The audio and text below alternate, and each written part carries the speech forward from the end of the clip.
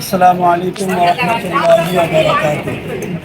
কাছে কিংবা দূরে, দেশ কিংবা প্রবাস থেকে যারা দেখছেন, আপনারা অনেকেই অবগত আছেন রাজশাহী বুলনপুর নবাবগঞ্জ ঘোষপাড়ায় একজন কুলাঙ্গার রাসূল করিম সাল্লাল্লাহু আলাইহি ওয়াসাল্লামকে অবমাননা করেছে, গালি দিয়েছে। তারই প্রতিবাদে গতকাল রাত্রে আন্দোলন হয়েছে এবং গতকাল রাত্রে রাজপাড়া থানা বরাবর আমি নিজে বাদী হয়ে সেই জায়গায় তার বিষয়ে মামলা করে এসেছি। এবং সকালে 9:30টায় আমাদের রাজশাহীতে আন্দোলন ছিল, বিক্ষোভ সমাবেশ হয়েছে।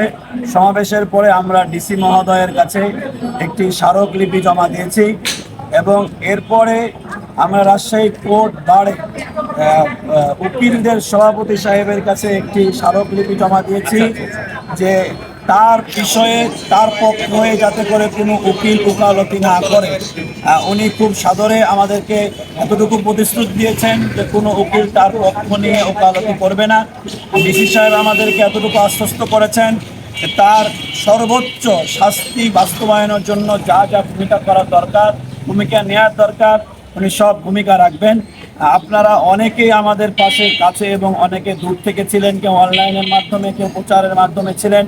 আপনাদের সবার কাছে আবারও আবেদন থাকবে, যেভাবে আমাদেরকে সাপোর্ট দিয়েছেন এইভাবে সাপোর্ট দিবেন, যাতে করে ওই কুলাঙ্গারের ফাঁসি নিশ্চিত না করা পর্যন্ত আমরা ঘরে না ফিরে যাই।